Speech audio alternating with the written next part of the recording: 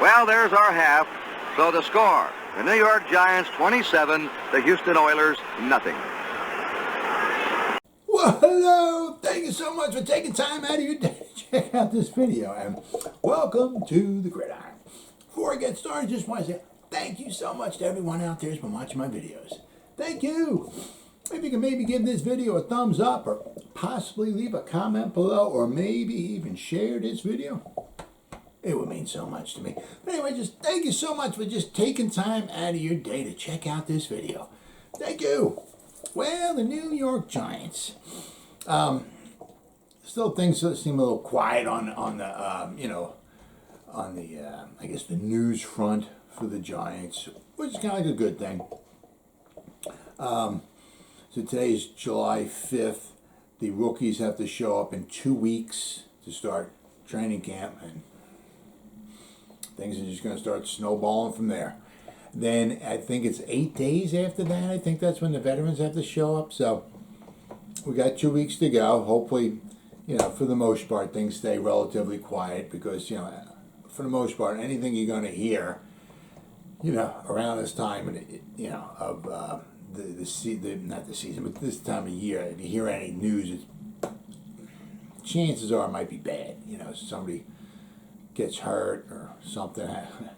I don't want to go there, but somebody gets arrested or something. So you really don't want to hear nothing because the Giants, they're not making trades, they're not picking up free agents or anybody who's really worth a damn. So things are kind of quiet. So that's quite a good thing.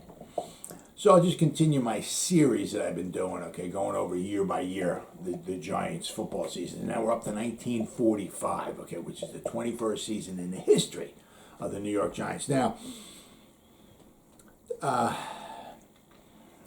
first 22 seasons the Giants were in the league, from 1925 to 1946, so it includes the following season. Giants only had 4 losing seasons, 1945 would be one of them. All right, they took a step back. The past a bunch of years, you're going back to like 1938. 38 to 46, they were always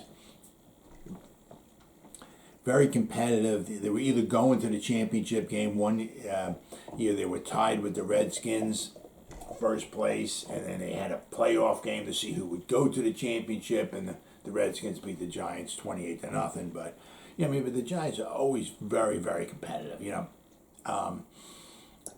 And from 1933, when the championships games started, because prior to 1933, from 1932 on back, the championship or the champion was awarded based on the fact who had the best winning percentage. So once 1933 rolled around, they changed the rules, and they had 2 divisions. At the end of the year, the best team in each division, played each other for a championship game. So from 1933 to 1946, span of 14 seasons, 14 championship games, the Giants went to 8 of them. And they went to a playoff game against the Redskins to see, who would go, to the championship game. And if the Giants had won that, they would have gone to their night championship game. But as I said, they lost that 28 to nothing. But anyway, in the Eastern Division, which is where the Giants are, the first 14 seasons, it was either the Redskins went to the championship game or the Giants. The Giants went to 8 championship games. The Redskins went to the other 6. Nobody else went to a championship game. Things would start changing a little bit. As I'll start showing you here in a moment, the Eagles started, stepping it up. They started becoming a very, very good team. And 1945, 1946, the Giants would go to the championship game. But after that, the next 3 years, the Eagles would win the division and go to the championship game. Then after that, then there was a new sheriff in town. Their name's the Cleveland Browns. They were playing in a. They started from 1946 to 1949. There was another league, and they were part of that. Once that league disbanded, a few of those teams entered into the NFL. Okay, the Cleveland Browns were one of them. The Cleveland Browns, they won all four in this other league. They won all four championships, 46, 47, 48, and 49. All right. Then when they came into the NFL in 1950, a lot of teams in the NFL were kind of like, are these guys really any good? Yes, they were. Because in 1950, when the Cleveland Browns joined the NFL, they won the championship. Okay, so the Browns were for real. So once the Browns came in 1950, all right, they took over. So from 1950 to 1957, the Browns were in every championship game except for one. The Giants made it in 1956, right? So once 46 was over with, you had the Eagles, and then the Giants had to start dealing with the Browns. So they were, times were changing, okay? But anyway, 1945, the Giants, 3-6-1. They started off okay. They started off 1-0-1. Then they lost their last four. You're playing a 10-game schedule and you lose 4 games. I mean, you could probably especially early on, you lose 4 games out of your first 6. You can probably pretty much almost write yourself off that you ain't going to winning the division or going to a championship or anything. So that's what happened. The Giants started off 1-0-1.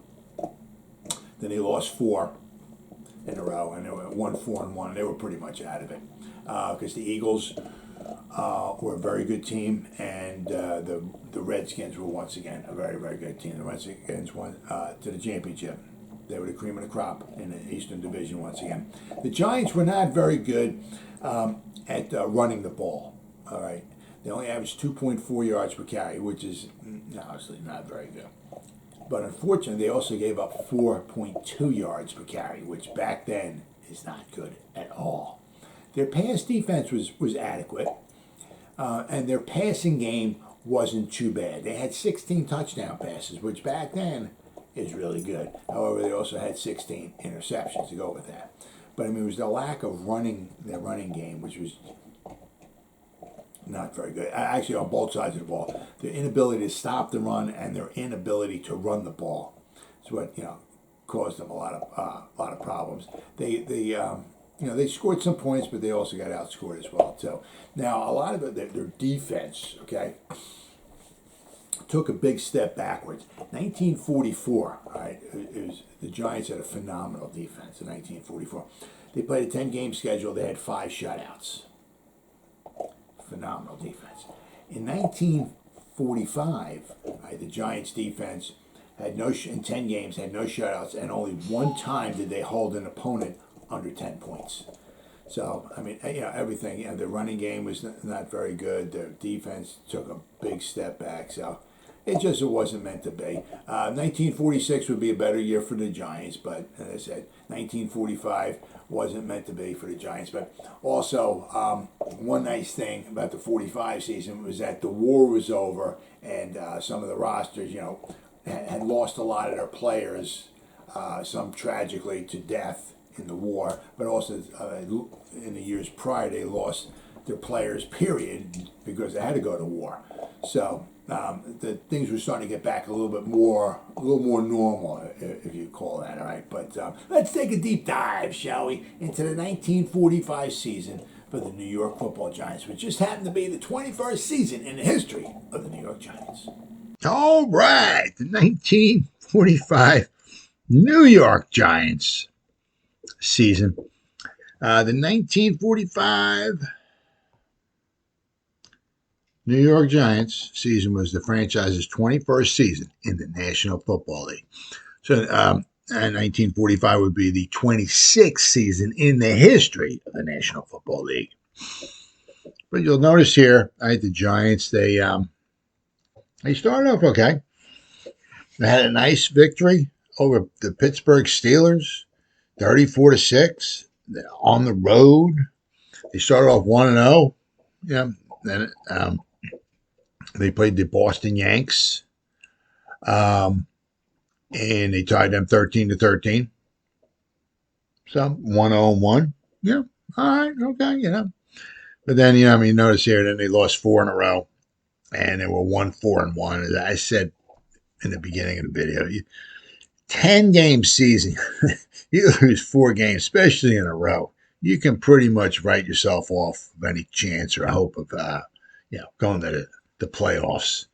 Their defense was just not very, very good. I mean, they had the first game of the season was nice, 34-6, but then as they gave up 13, then they gave up 21, then they gave up 24, then they gave up 21, then they gave up 38. Here they gave up 23, then they gave up 21. I mean, back then, you're giving up over 20 points a game consistently.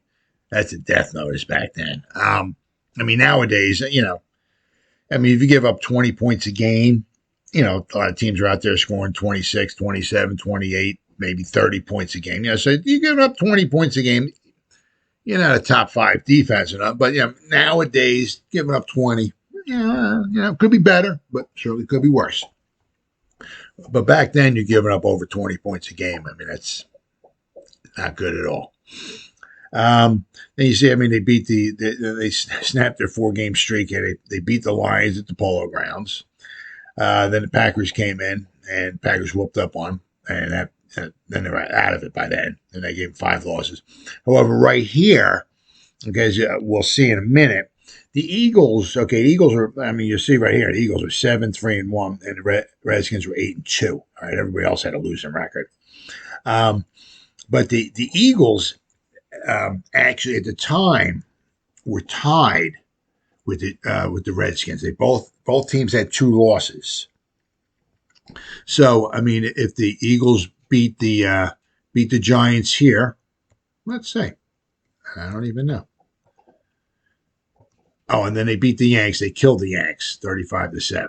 Okay, so if they beaten the Giants and the Yanks, then they would have been 8-2-0. The Redskins would have been 8-2-0, and then there would have been a playoff to see who would have gone to the championship. But you'll notice I said a little changing of the guards here because the Eagles are starting to become a better and better, more formidable opponent than they were when they first started.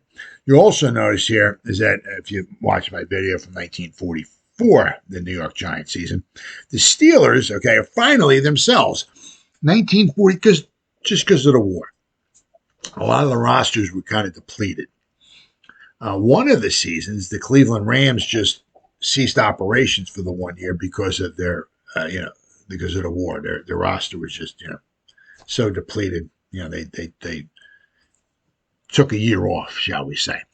But 1943, the Steelers and the Eagles, due to the war, combined, and they were called the Steagles, right? That was 1943. 1944, the Steelers combined with the Chicago Cardinals. They were just called Chicago Pittsburgh, I think it was, if I remember correctly. They had apparently no nickname. But 1945. Now that the war ended, I think it was in July or August. I think it was. So obviously they're starting to play football in September and October, so the war was over. So the rosters started getting filled back in. So now the Pittsburgh Steelers weren't very good, but they were able to maintain a roster because they got their guys back from war. But you also notice here in a minute, so I'm going to say right here, 1945 Yanks season was their second in the National Football League. Well, they were the Boston Yanks the year before.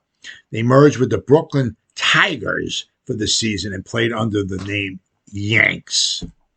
Not Boston, but whatever, just Yanks. The team improved on their previous season's output of 2-8, winning 3 games. They failed to qualify for the playoffs for the second year. So, but I'll show you in a minute. But as I said, you'll notice here that, the Redskins and the Eagles starting to step it up. And that started in 1947, 47, 48, and 49. The Eagles won a division and went to the championship game. All right. As I said, you'll see here, the Giants, we'll start here.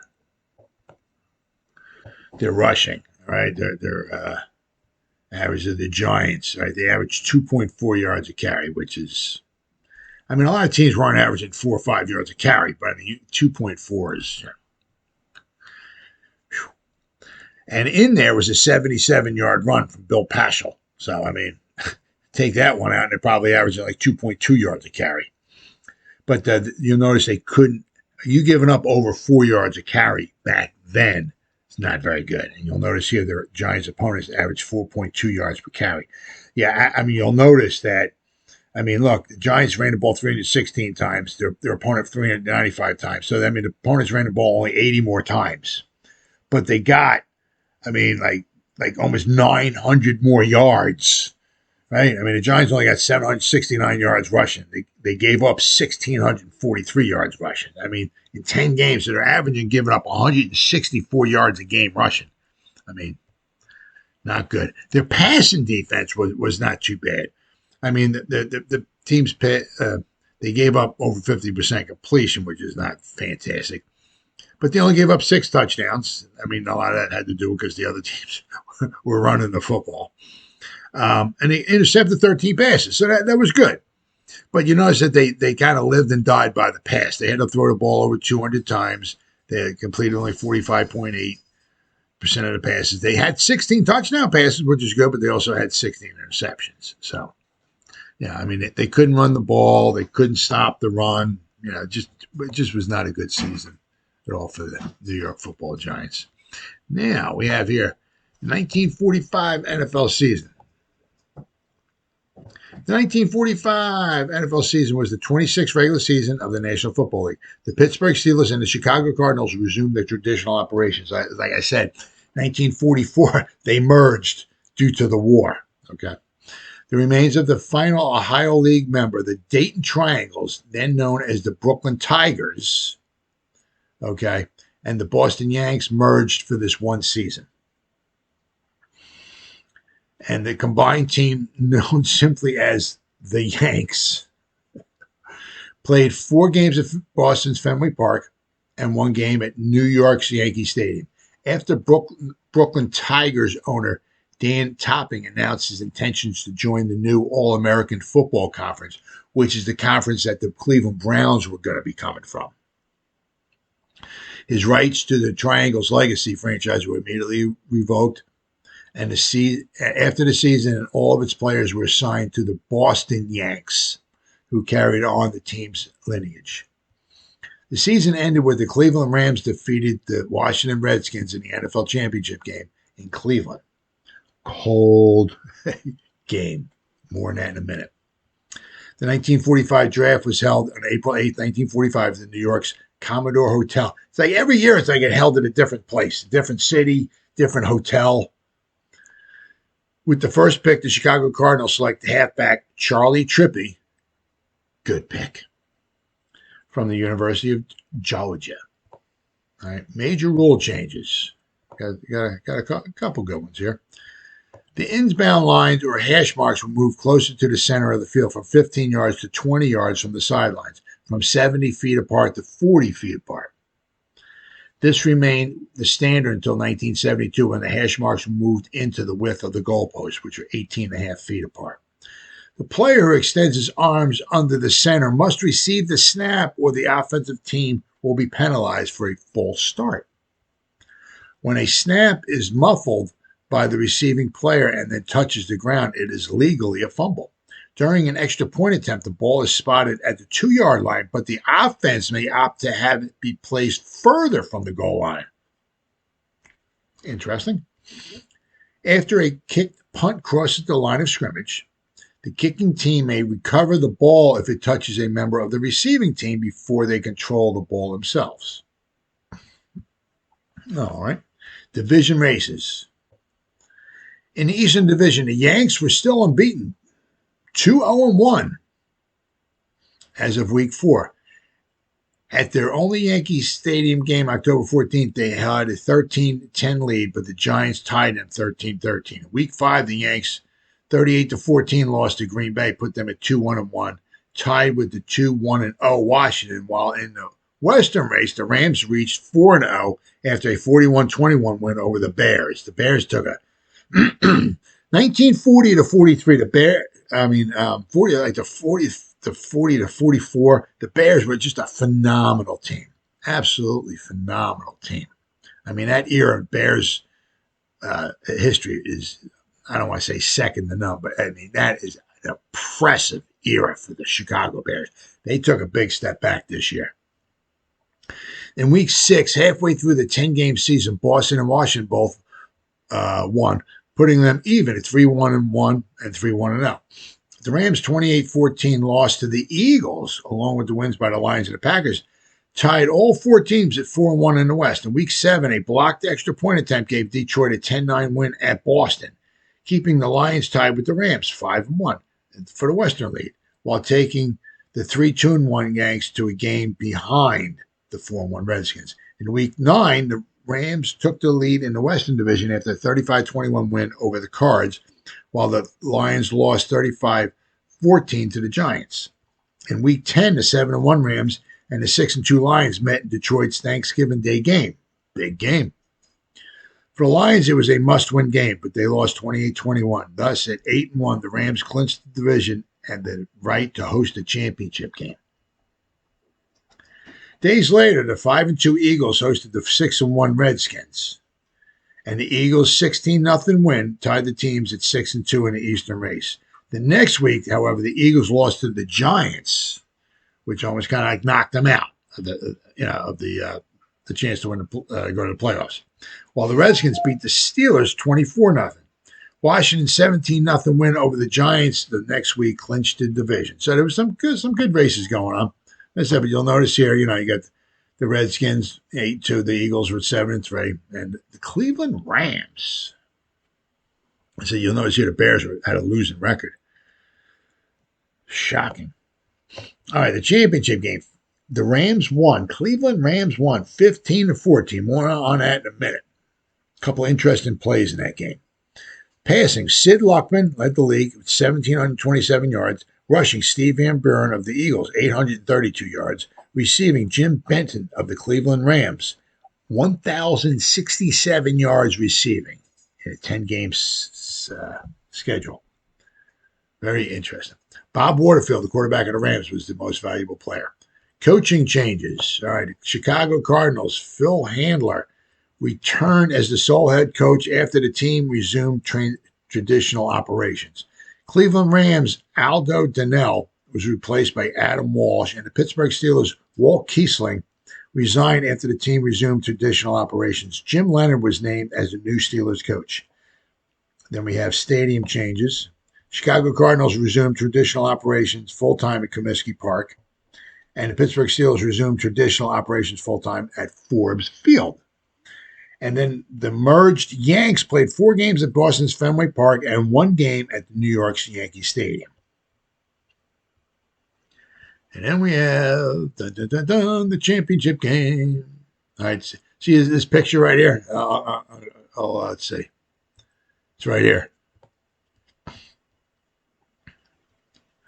As Redskins watched the Rams drive to the National Football League championship.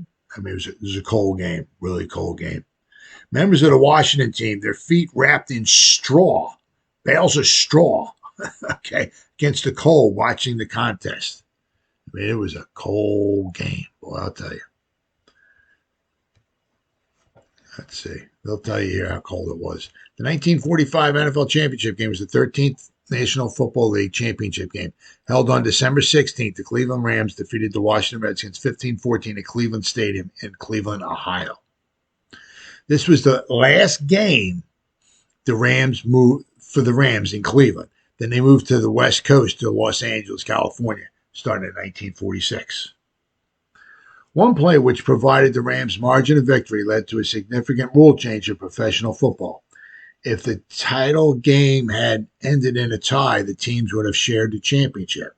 Interesting. It was the coldest NFL championship game to that time, with a temperature of -8 degrees. So this is in Cleveland, halfway in December, -8 degrees, which significantly curtailed the expected attendance and revenue. Although they came in, I'll tell you what, the guys, they got a decent amount of money. Considered to some of the, money some of the guys got in the past, they didn't do too bad, the game. In the first quarter, this is kind of right here. The Redskins had the ball on their own 5-yard line, dropping back into the end zone. Quarterback Sammy Barr threw the ball, but it hit the goalpost which were on the goal line from 1933 to 1973 and bounced back to the ground in the end zone. Under the rules at the time, this was a safety, which gave the Rams a 2-0 lead. In the second quarter, and there's a couple plays here that were really huge, right? Baugh, the starting quarterback, Hall of Fame quarterback for the Washington Redskins, suffered bruised ribs and was replaced by Frank Filchak. So the Hall of Fame quarterback, missed most of the game. But however, Frankie Filchak threw a 38-yard touchdown pass to Steve Bogaris to give the Redskins a 7-2 lead. The Rams scored just before halftime when rookie quarterback Bob Waterfield completed a 37-yard touchdown pass to Jim Benton. However, Waterfield's ensuing extra point was partially blocked, and I've never seen this before. Never. With the ball teetering on the crossbar, so it got blocked, fluttered in the air, landed somehow on the crossbar, and it dropped over to give Cleveland a 9-7 lead. And in one of these reports I was reading, newspaper articles, it teetered on there for like, I don't know, a half a second or something. I mean, and it went over. They gave him the extra point. Had that not had been gone and fallen short or bounced away or whatever, didn't go over, the game would have ended in a tie. In the third quarter, the Rams increased their lead to 15-7 when Jim Gillette scored on a 44-yard touchdown reception, but this time the extra point was missed. The Redskins then came back to cut the deficit to 15-14 when Bob Seymour's 8-yard touchdown catch from Filchak in the fourth quarter. Washington kicker Joe Aguirre missed 2 field goal attempts. Back then they were kind of long. 46-yarder and a 31-yarder that could have won the game. So, special teams, huge in this game. But it was the first quarter safety that proved to be the margin of victory. After the game, Redskins owner George Preston Marshall was so incensed at the outcome that he became a driving force in passing a major rule change after the season. A forward pass that strikes the goalpost is automatically ruled incomplete. Yeah, that makes sense to me. This rule eventually became known as the Baugh-Marshall rule and remained in effect until 1974 when the goalposts returned to the end line and were impossible to hit with the illegal forward pass, which made the rule a dead letter.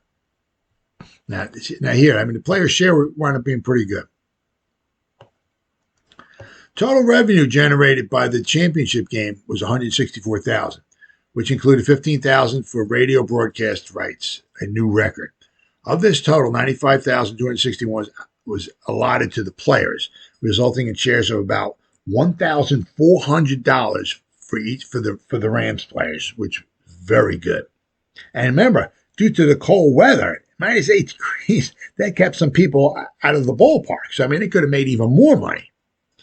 And the losers made $902. That was very good money back then. And then we have this here.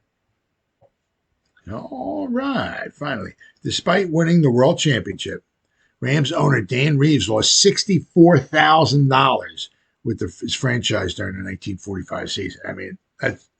You can't go at a loss, period. But $64,000 is a lot of money back in 1945.